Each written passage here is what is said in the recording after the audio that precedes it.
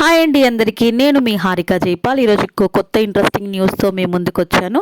అది కూడా మీరు ఎప్పుడెప్పుడా అని ఎదురు చూస్తున్న ఇందిరమ్మ ఇండ్ల డబల్ బెడ్రూమ్లు ఎప్పుడు ఇస్తారు ఏంటి క్లారిటీ లేదు అని కొంతమంది టెన్షన్తో ఇవ్వరేమో అనే ఆశలు కూడా వదులుకున్నారు.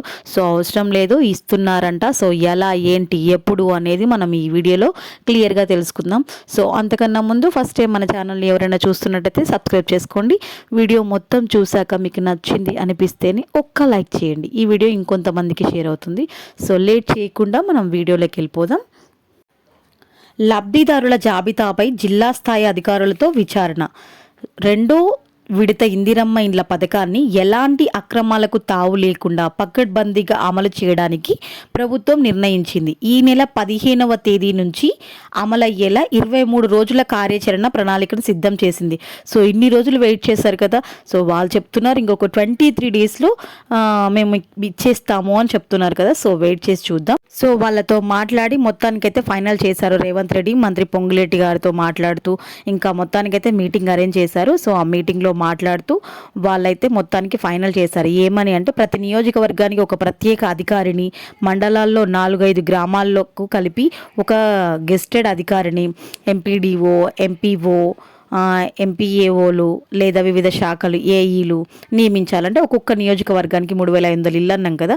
సో ఆ ఒక్కొక్క నియోజకవర్గానికి ఒక్కొక్క అధికారి నియమించి ఎక్కడ అక్రమాలకు తావు లేకుండా చూసుకోవాలని చెప్పారనమాట. సో అది ఎలా అంటే లబ్ధిదారుల జాబితాలపై జిల్లా స్థాయి అధికారులతో విచారణ చేయించాలి. లబ్ధిదారుల జాబితాలో అనర్హులుంటే గ్రామ పంచాయతీ, మండల గెస్టెడ్ అధికారి బాధ్యత వహించాలి. నిరుపేదలకి ఇల్లు అందేలా చూడాలి. లబ్ధిదారుల ఎంపికను ఇందిరమ్మ కమిటీలు సూచించాలి. జాబితాలో అనర్హులుంటే వారి స్థానంలో అర్హులైన కొత్త వారికి అవకాశం కల్పించాలి. ఏప్రిల్ 15 నుంచి 17 వరకు నియోజకవర్గాల్లో ఏ గ్రామానికి ఎన్ని ఇందిరమ్మ ఇండ్లు మంజూరు చేయాలో ప్రజాప్రతినిధులతో అధికారులు సంప్రదింపులు. అంటే వాళ్ళు ఫైనల్ చేయాలన్నమాట ఈ 2 డేస్లో. అలా మొత్తం 23 డేస్ ప్రణాళిక అని చెప్పారు కదా. సో అది ఎలా అని డివైడ్ చేశారన్నమాట. 15 నుంచి 17th ఎక్కడెక్కడ ఎవరు అర్హులు అని చెప్పేసి జాబితా సిద్ధం చేయాలి. సో 18 నుంచి 21 లోపు లబ్ధిదారుల ఇందిరమ్మ కమిటీల సూచనలు, అధికారుల పరిశీలన అవునా కాదా అని వాళ్ళు వెరిఫై చేయాలి. సో 22 నుంచి 30 లోపు జిల్లా అధికారులతో సూపర్ చెక్, అంటే ఇక ఫైనల్ చెక్ అనమాట. సో మే 1కి పంచాయతీ కార్యాలయాల్లో అర్హుల జాబితా ప్రదర్శన. సో మే 1కి అయితే మొత్తానికి రిలీజ్ చేస్తారు. సో మే 2 సో ఫైనల్గా అయితే మే 5th నుంచి 7th లోపు అయితే ఇల్లు మంజూరు అయితే. సో మనం ఎప్పుడెప్పుడని వెయిట్ చేస్తున్న L2 జాబితా 2 పడకల గదులు ఇల్లు ఎప్పుడు ఇస్తారంటే గతంలో నిర్మించిన 2 పడకల గదులను పలు ప్రాంతాల్లో లబ్ధిదారులకు కేటాయించలేదు. ఈ ఇళ్లపై అధికారులకు మార్గదర్శకాలు వచ్చాయి. సో L2 జాబితాలో ఉన్న దరఖాస్తుదారులకే ఈ ఇళ్లను కేటాయించనున్నారు.